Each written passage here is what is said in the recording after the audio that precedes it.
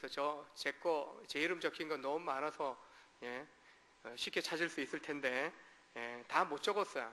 한 4개 적다가 좀 다 못 적었는데 여러분 아직 적지 않은 분들이 있으면 예배 후에라도 한번 감사나무에 감사 열변을 한번 적어보시면서 한 해 동안 나에게 주신, 우리 가정에 주신 감사한 일들이 무엇인지 한번 여러분이 또 헤아려 보시면 좋겠습니다. 성경에 많은 주님의 일꾼들이 감사하는 삶을 살아갔습니다. 또 우리도 믿음 안에서 날마다 감사함으로 하나님 앞에 나아가고 또 감사로 충만한 믿음의 복된 인생 사시길 주의 이름으로 축원합니다. 많이 참 감사한 인물들이 성경에 등장하는데 최고의 감사 인물 중에 한 사람이라면 오늘 함께 말씀 나눌 다니엘을 빼놓을 수 없습니다. 다니엘의 감사는 특별히 특이한 것은 평안할 때 드린 감사가 아니라 그가 자신의 부를 그리고 권세를 다 잃어버리는 순간이 되고 또 자신의 생명까지도 잃어버릴 수 있는 절체절명의 그 위기 가운데서 목숨을 담보로 드린 감사였다는 것입니다. 유다에서 귀족 가문에서 참 나름 태어났지만 어린 시절에 그가 바벨론에 멸망을 당하면서 포로로 다 붙잡혀오는 그 일행 중에 이 젊은 어린 소년도 있었다는 것이죠. 포로 끌려온 그런 상황 속에서 가족과 헤어지는 아픔도 겪어야 했습니다. 고난과 피눈물 나는 청소년의 시기들을 그가 보냈습니다. 온갖 핍박과 서름을 견뎌내면서 끝까지 그가 결코 그의 인생 가운데 포기하지 않았던 한 가지는 바로 하나님의 그 말씀 안에서, 하나님 말씀 안에서, 하나님의 뜻 안에서 그가 뜻을 정하여 결코 이방 문화의 우상 숭배의 삶을 살지 않는 그런 선을 딱 믿음의 경계선을 긋고 살았다는 것입니다. 쉽지 않은 결정이었지만 결코 쉬운 상황이 아니었지만 그가 믿음으로 결단하고 그렇게 온전히 주를 사랑하는, 주님 앞에 온전함을 지켜가는 삶을 그 이방 땅에서도 지켜간 것을 보게 됩니다. 믿음으로 지혜로 충만했던 다니엘의 인생을 보면서 참 우리가 배워야 될 여러 가지 모습들이 참 많이 있습니다. 그 중에 하나가 오늘 본문에서 볼 수 있는 어떤 상황 속에서도 감사하는 그의 좋은 감사의 습관이라는 것입니다. 하루아침에 감사하는 그런 습관이 만들어지지 않습니다. 좋은 습관, 나쁜 습관은 금방금방 가르쳐주지 않아도 나쁜 습관은 몸에 그냥 배는 것을 보게 됩니다. 그러나 좋은 습관들은요, 훈련해야 됩니다. 계속적으로 반복적으로 노력할 때 내 삶 속에, 내 마음 속에, 또한 내 생활 속에 배어나게, 익숙하게 또한 자리 잡히게 되는 것을 보게 됩니다. 오늘 다니엘의 모습을 보면서 결코 정말 감사할 수 없는 그런 상황 속에서도 감사할 수 있는 그런 믿음, 그리고 늘 감사의 삶을 살아갈 수 있는 그런 결단을 이 추수감사절에 하시는 여러분 되시길 주의 이름으로 축원합니다. 바벨론에 와서 그가 처음 경험했던 놀라운 일은 느부갓네살 왕이 꿈을 꾸었는데 그 꿈 때문에 이게 무슨 뜻인지 몰라서 굉장히 고통을 당합니다. 평상시 같으면은 내가 이런 꿈을 꾸었는데 신하들이여, 박사들이여, 술객들이여 이거 해석해보라. 그러면 여기저기 여러 가지로 자기 생각들을 그냥 늘어놓는 박사 술객들이었던 것을 느부갓네살이 잘 알았던 거죠. 그래서 이번에는 그렇게 하지 않습니다. 내가 지난밤에 꾸었던 꿈과 그리고 그 꿈에 대한 해석, 그것을 가져와라. 갑자기 이 박사와 술객들에게는 황당한 일이죠. 그러나 어떻게 그렇게 합니까? 그것은 그렇게 할 수 없습니다. 꿈을 알려주십시오. 그러면 우리가 해몽하겠습니다, 해석하겠습니다 라고 이야기합니다. 더 강력하게 이야기합니다. 이거 해석 못하면, 꿈과 해석을 가져오지 않으면 너희들 다 죽었어, 다 죽이겠다라고 그렇게 선언을 해버립니다. 그 이야기가 다니엘, 박사 그룹에 다니엘과 그의 친구들도 들어가 있거든요. 그러니까 여차하면 이 다니엘도 목숨을 잃을 그러한 상황에 있는 거예요. 그래서 신하 가운데 그 어명을 시행하게 되는 시위대장에게 시간을 좀 달라. 시간을 좀 달라. 그러고 나서 친구들과 함께 하나님 앞에 나아가 기도합니다.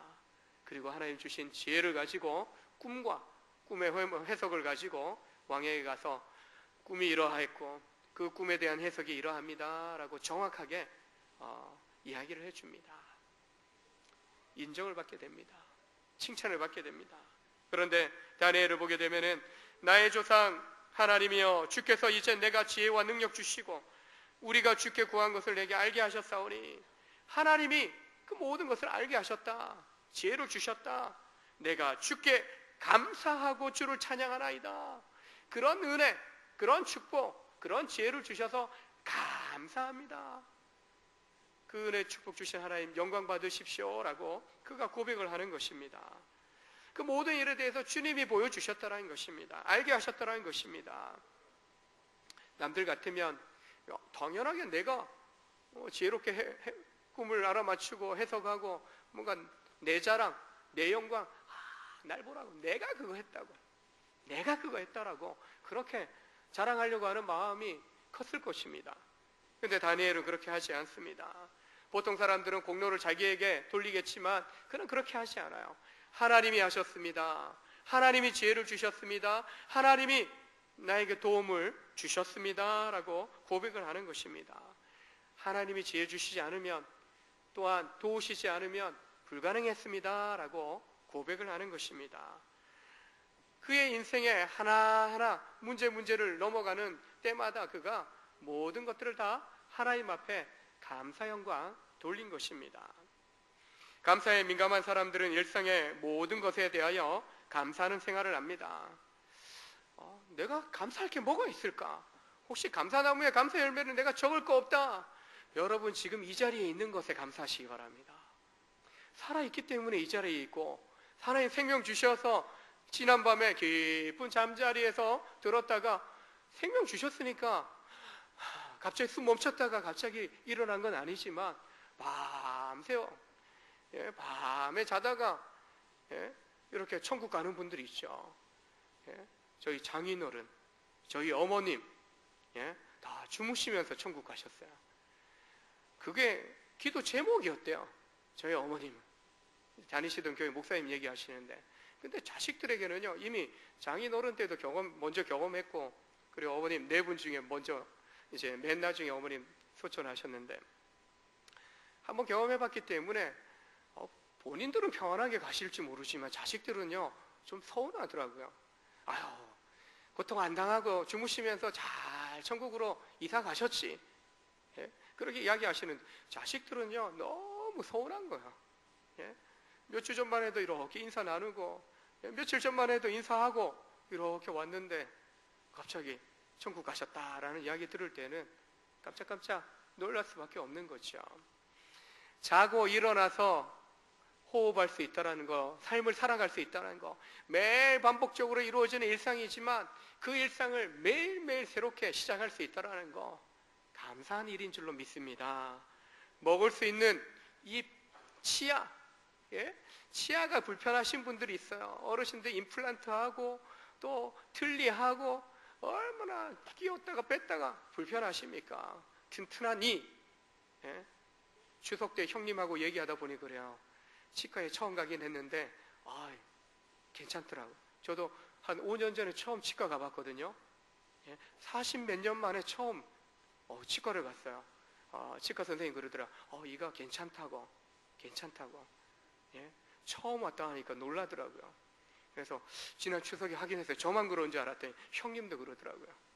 저희 하경이가 제 치아를 닮아갖고 좀 튼튼해요.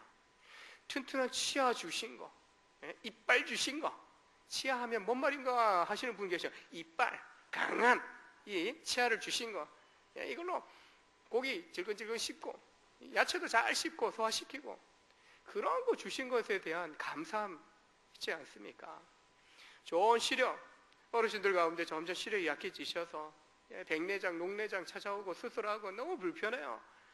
단풍이 아름답게 이렇게 정말 계절에 따라서 옷을 갈아입고 있는데 분간이 안 가는 거야. 분간이 잘 안 가요. 좋은 시력 주신 거, 볼 수 있는 눈을 주신 거, 들을 수 있는 거, 듣는데 점점 불편해지는 분들도 계셔요. 사고로 다친 분도 계셔요. 허리 꼿꼿하게 서고, 예? 무거운 거 좀 들 수 있고, 튼튼한 사지, 예? 발다리 주신 거, 여러분 걸어서 올 수 있다라는 거, 예? 남들 협착증에, 협신증에, 디스크에 고생하는 분들이, 관절염에 고생하는 분들이 얼마나 많이 있습니까?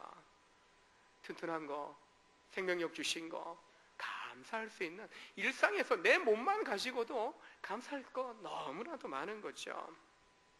밥을 먹을 수 있고, TV 볼 수 있고, 교회 갈 수 있고, 여행 갈 수 있고, 바다를 볼 수 있고, 나무를 볼 수 있고, 무엇이든지 내 삶에 경험할 수 있는 모든 것들 다 주님이 우리를 생명의 복으로 지켜주시기 때문인 줄로 믿습니다. 아주 평범한 일상적인 거예요. 근데 이건 당연시예요. 근데 당연하게 여기보다도요, 생명 주시고 이렇게 살 수 있는 힘과 능력 주셔서 감사함으로 나아갈 때 더 큰 하나님의 은혜와 복으로 충만하게 될 줄로 믿습니다. 우리 집 이제 감 따서 여기 올려놨는데, 장식했는데, 예, 따기 전에는 주렁주렁 아까워요. 홍시돼서 막 떨어져요. 단감인데도 새들이 와서 막 쪼아 먹어요. 벌들까지 와갖고요, 그럼 그 당분 빨아 먹어요. 너무 달콤하니까. 주렁주렁 열린 거 보면 이뻐요. 예? 근데 그 감보다도 더 이쁜 게 어린이집에 있는 애들 나와서 뭐 2달, 3살, 4살, 5살, 요즘 발표 준비한다고 가끔 2층에 와서 막 연습하는데 보면 이뻐 죽겠어요.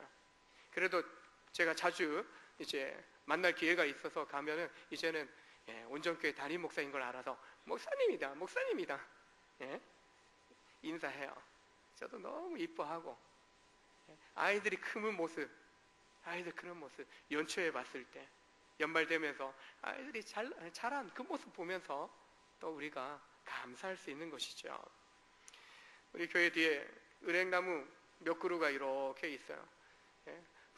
파랗던 그 은행나무 잎들이 노랗게 변해가는데 너무 이쁜 거예요. 찰칵찰칵 저희 집에서 막 찍어놓고, 야, 이쁘다 이쁘다. 근데 그 밑에 사는 한은영 집사님 그러더라고요. 우리는 죽을 맛이에요. 은행 열매 떨어져갖고 그 똥내 때문에 미치겠다라고 이야기를 해요. 예? 근데요, 지난 주간에 비 내리고 바람 한 번 불더니 아침에 일어나서 딱 보는데, 새벽기도 끝나고 올라갈 때 이제 좀 약간 보는데 깜짝 놀랐어요. 진짜 마지막 잎새 몇 개 빼고는요 다 떨어진 거예요. 예? 조금 아쉬움이 있는데, 그래도 그 노랗게 변해가는, 울긋불긋 변해가는 나무들의 모습을 보면서 참 감사했어요. 그러면서 그런 마음, 야, 나는 어떤가? 내 인생은 어떤가? 나는 주님을 닮아가는 그런 모습으로 나는 물들어가고 있는가? 우리 옆에 분 한번 얼굴 한번 쳐다보세요. 좀 주님 닮아가는 그런 좀 빛깔이 좀 납니까? 예? 이렇게 축복 한번 해보겠습니다. 주님의 모습으로 빛나시십시오. 예, 여러분 주님 모습으로 닮아가고 주님의 그런 빛깔로 여러분이 좀 빛났으면 좋겠습니다. 그래서 내 안에 성령께서 계시니까요, 주의 말씀을 대하고 주님 앞에 날마다 나아갈 때 우리의 생각, 마음, 그리고 겉으로 말과 행실 통해서 우리의 모습이 주님만 닮은 모습으로 단풍 변해 가듯이, 예, 우리의 모습은 나이 들어가고 자라가고 성장하면 할수록 더 은혜 가운데 나아갈수록 우리에게서 주님의 빛깔이 나오는, 주님의 색으로 물들어가는 그런 아름다운 모습이 여러분과 저의 모습 속에, 삶 속에, 인생 속에 나타나게 될 줄로 믿습니다. 내 주변의 작은 거 하나하나에 감사할 때 모든 것들이요 감사의 대상이 될 수 있는 것입니다. 감사할 줄 아는 마음에 대한 이야기가 이 미국 초등학교 교과서에 실린 이야기를 본 적이 있습니다. 그 이야기에 미국 이야기가 아니라 독일에 큰 기근이 일어났을 때 굶주리게 되는 거죠. 그때 어느 한 마을의 부자가 내 재산을 좀 털어서 아이들만큼은 하루에 빵 한 조각, 빵 한 덩어리는 좀 먹게 하자. 그래서 집안 식구들 시켜서, 예, 매일 그 마을의 어린아이들 20여 명의 그런 빵을 만들어서 매일 하루에 한 번씩 나눠주게 됩니다. 그래서 아이들 모아서 매일 너희들 이때 오면 빵 하나씩 받을 수 있다. 자, 가져가라. 막 달려가갖고 빵도 보면 어떻습니까? 조금 더 두툼한 놈이 있고 만드는 사람에 따라 손 크기에 따라 달라지잖아요. 만두 빚어봐서 아시잖아요. 저는 손이 작아서 이쁘게 이렇게 나옵니다. 손 크신 분들은 좀 덩치가 더 크게 나오지 않습니까? 손은 작아도 또 마음이 크신 분들은 또 크게 또 빚으시더라고요. 어느 게 더 클까? 큰 거 막 주무르면서 이제 하나씩 챙겨가고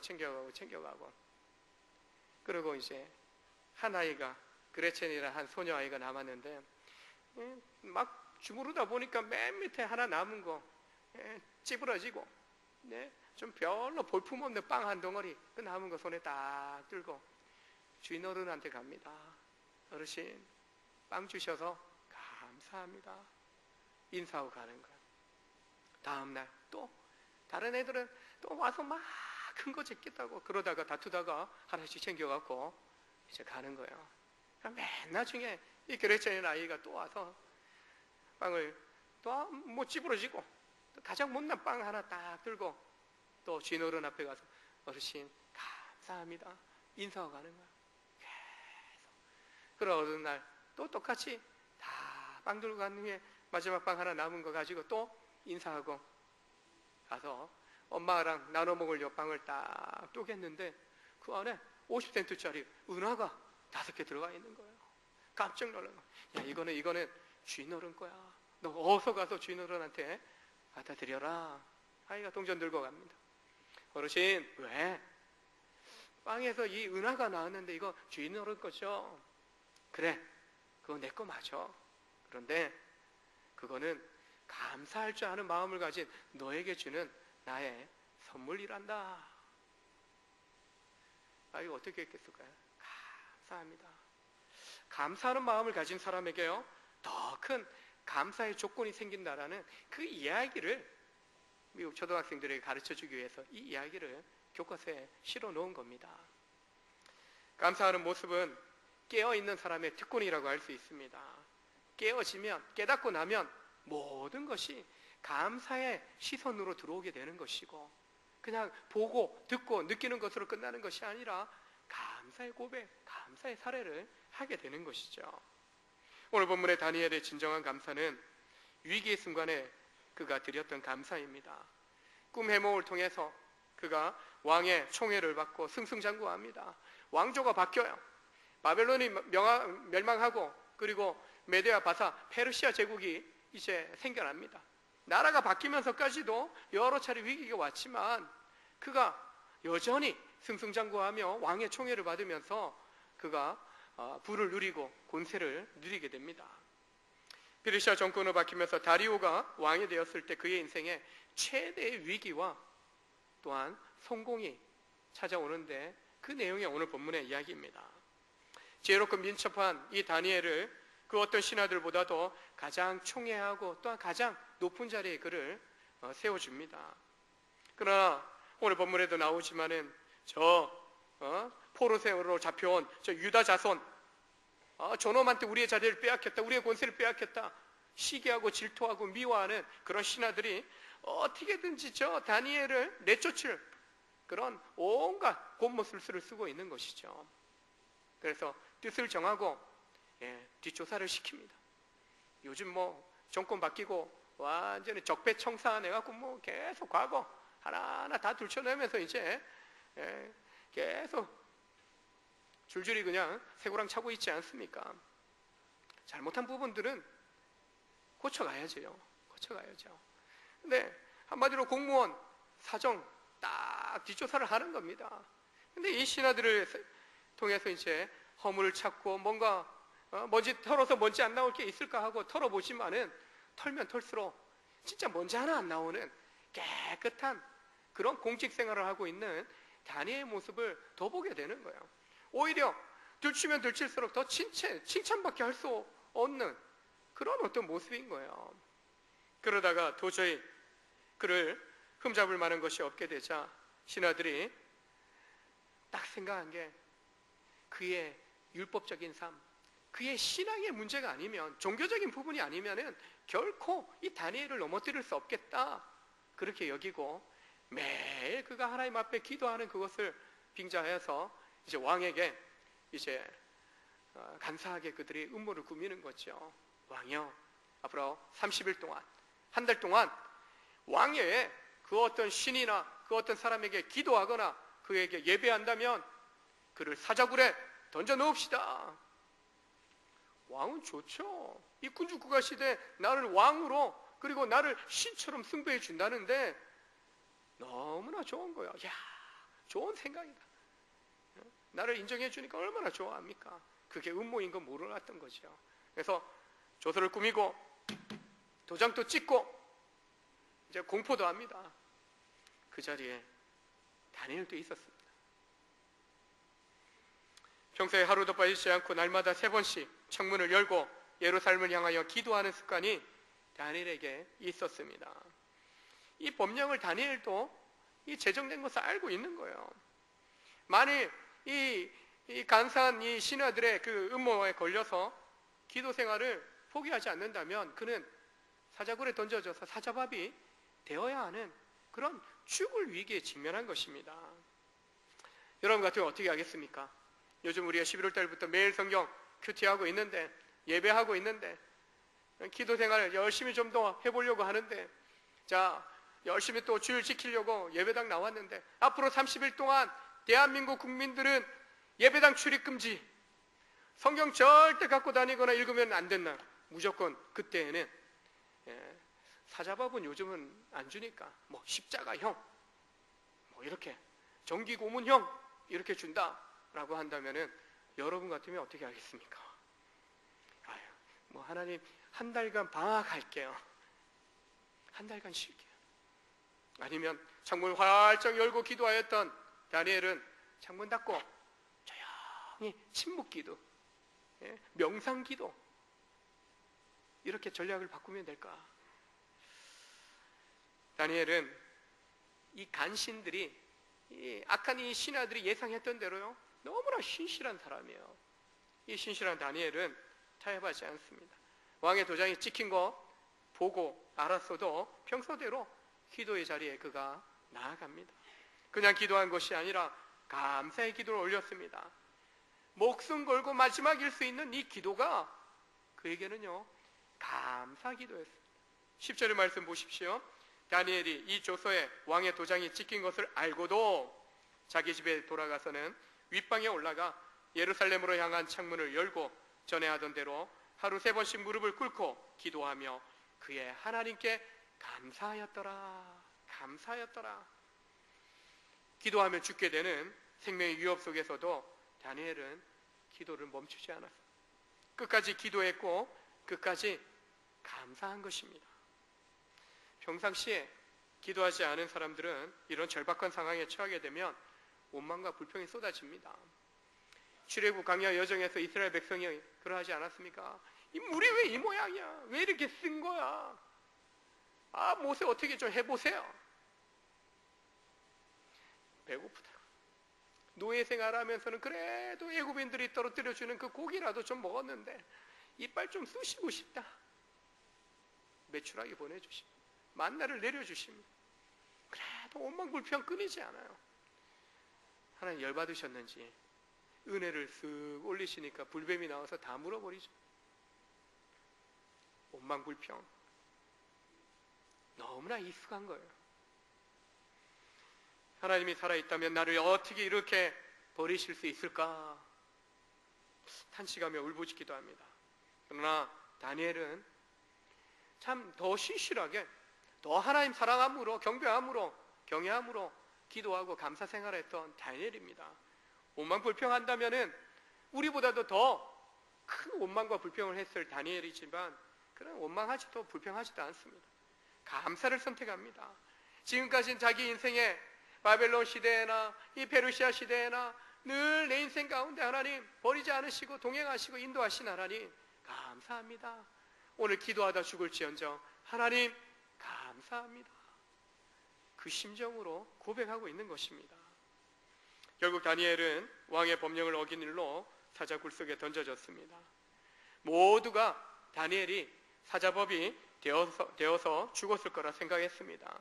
그러나 이후에 우리의 말씀을 보면 알겠지만 다니엘 그 순간, 떨어지는 그 순간에 하나님 천사를 통해서 사자의 입을 봉해버리셨다라고 고백을 합니다. 사자의 입을 막으시고 그를 살려주셨어요. 예? 우리가 오늘 16절의 말씀을 보면 왕이 어떻게 반응합니까? 그 전에 14절을 보면 이 총애하는 이 다니엘이 정말 그가 왕에 대해서 그가 섬기는 하나님을 섬기듯이 자신을 섬긴다는 걸 잘 알고 있어요. 근데 아무런 잘못 없는 이 신하가 억울하게 누명 썼구나 아는 거죠. 근데 법을 그렇게 자기가 도장 찍어놨으니까 어떻게 헤어날 방법이 없어요. 마음 쓰고 종일토록 마음 쓰고 어떻게 좀 풀려나게 할 수 있을까 찾지만 못 찾는 거예요. 신하들 계속 와서 왕이여 법을 지키십시오, 왕이여 법을 지키십시오, 법대로 얘기하는 거예요. 어쩔 수 없이 사자굴에 던져놓는.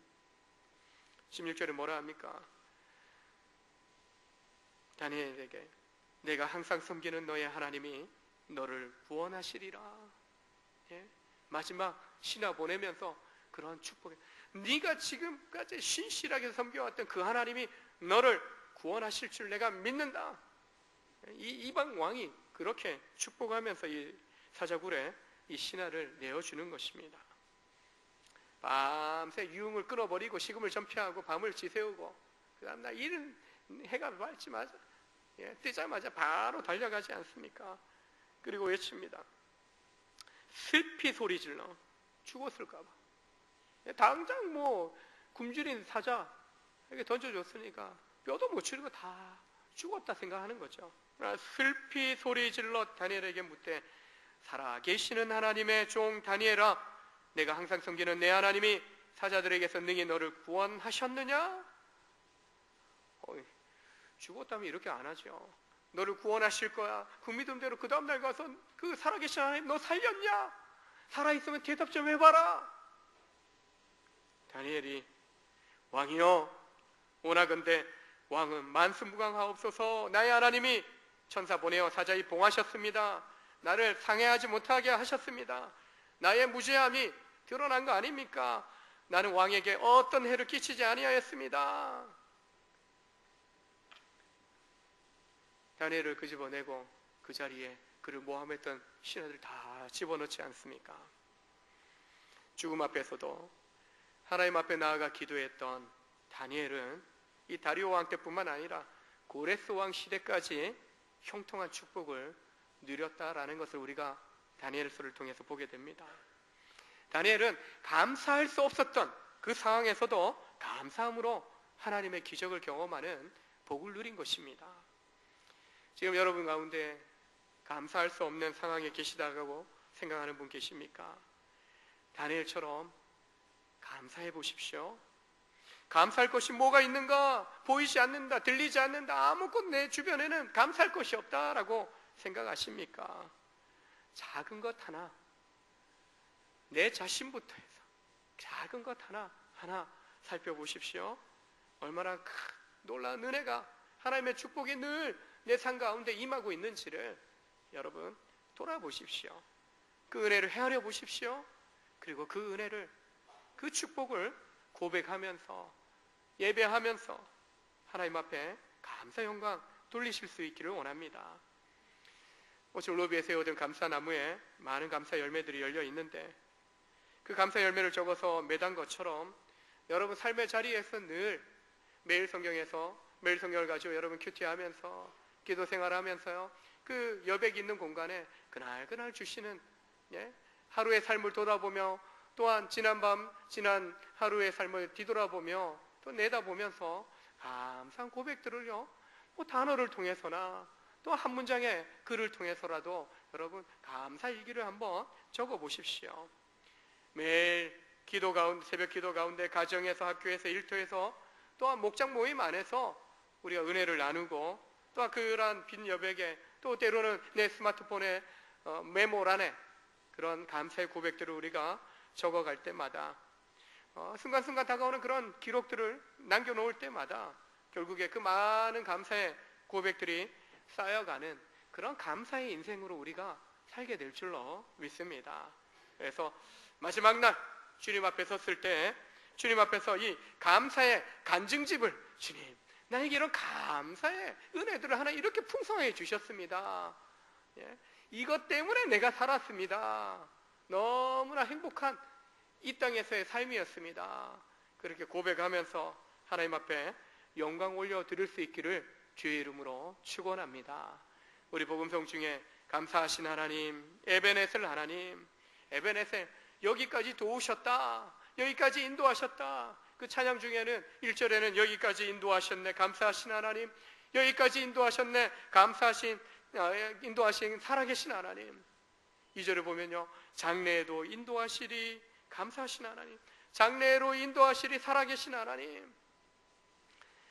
이제까지 인도하신 하나님, 축복하신 하나님뿐만 아니라 우리 인생의 미래까지도 책임져 주시는, 인도하시고 지키시는, 세워주시는 그 은혜 하나님을 바라보시면서 감사 영광 돌리는 복된 우리 온정의 성도들 다 되시길 예수님의 이름으로 축원합니다. 축원합니다.